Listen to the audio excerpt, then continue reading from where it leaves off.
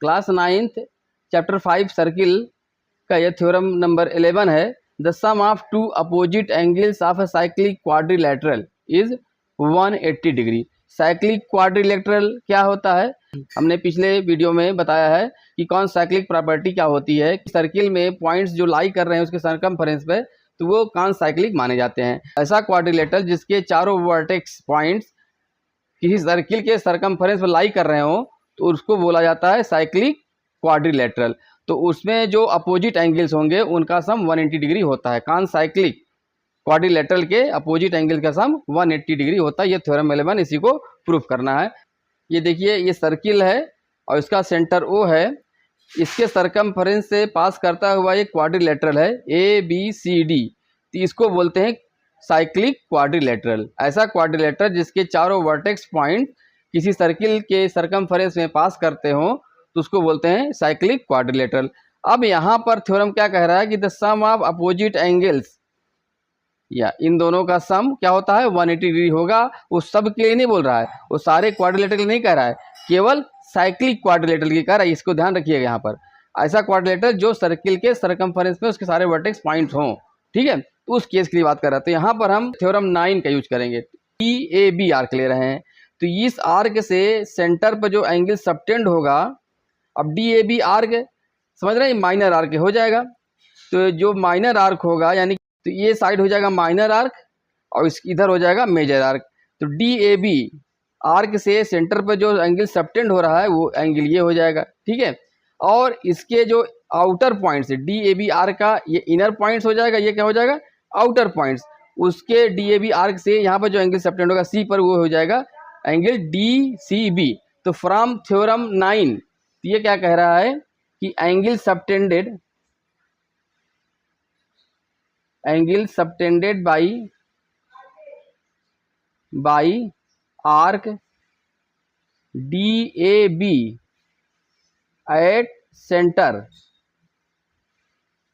क्या हो जाएगा एंगल DOB हो जाएगा। ओके, और फिर इसको इक्वेशन नंबर 1 कर लीजिए और इसके बाद लिखिए angle subtended by arc DAB eight outer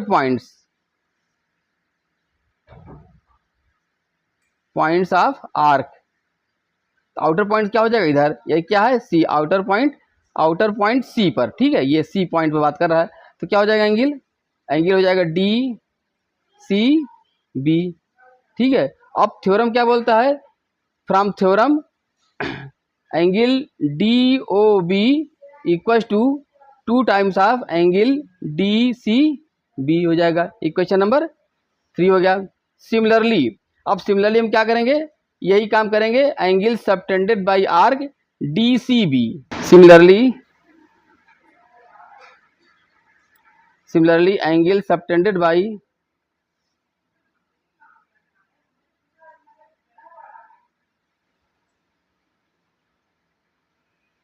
arc DCB at centre is angle DOB। अब यहाँ पर DOB डैश इसको बोल दे रहे हैं क्योंकि इसकी बात अब कर रहे हैं यहाँ पर, ठीक है। ये हो जाएगा एंगल DOB डैश, या इसको थीटा बोल दीजिए, ये हो जाएगा हमारा थीटा डैश। तो दिस इज थीटा और दिस इज थीटा डैश हो गया। और उसके बाद यहाँ पर आ जाएंगे angle subtended by arc eight outer point of this arc, यहाँ पर एट A हो जाएगा, एट A पॉइंट, तो हो जाएगा एंगल DAB, ठीक है। इसको इन दोनों को इक्वेशन नंबर 4 कर लीजिए यहाँ पर। अब यहाँ से थ्योरम से क्या हो जाएगा, एंगल DOB डैश यानी कि थीटा डैश इक्वल हो जाएगा 2 times of angle DAB। Equation number 5 हो गया, ठीक है। अब इन दोनों इक्वेशन से को ऐड कर दीजिए, एडिंग इक्वेशन नंबर 3 और 5। तो ये theta plus theta dash equal हो जाएगा 2 into angle DCB plus 2 into angle DAB, तो 2 कॉमन हो जाएगा और थीटा प्लस थीटा डैश ये होता है 360 डिग्री। किसी भी पॉइंट पर पूरा जो एंगल होता है वो सेंटर पर वो 360 डिग्री होगा। ठीक है, अब यहाँ से 2 से डिवाइड कर देंगे तो angle DCB plus angle DAB दोनों का सम आ गया 180 डिग्री। यही हमारे थ्योरम में यही प्रूफ करना था। ठीक है, ये देखिए the sum of 2 opposite angles of cyclic quadrilateral is 180 degree. ये अपोजिट एंगल, सिमिलरली इसकी इन दोनों एंगल को भी हम प्रूफ कर सकते हैं। यहाँ पे क्या करेंगे, ये आर्क ले लेंगे और यहाँ से एंगल सबटेंड कराएंगे, फिर यहाँ पर थीटा और थीटा डैश ले लेंगे तो वो भी प्रूफ हो जाएगा। लेकिन आप एक ही प्रूफ करेंगे तो भी वो पूरे मार्क्स मिलेंगे। तो ये कंप्लीट हो गया थ्योरम 11। अगले वीडियो में थ्योरम 12 कर देंगे, उसके बाद एंड ऑफ चैप्टर एक्सरसाइज को सॉल्व करेंगे, उसको 3 पार्ट में हो जाएगा। और तो प्लीज़ चैनल को लाइक कर दीजिए, सब्सक्राइब कर दीजिए और शेयर कर दीजिए। Okay, thank you.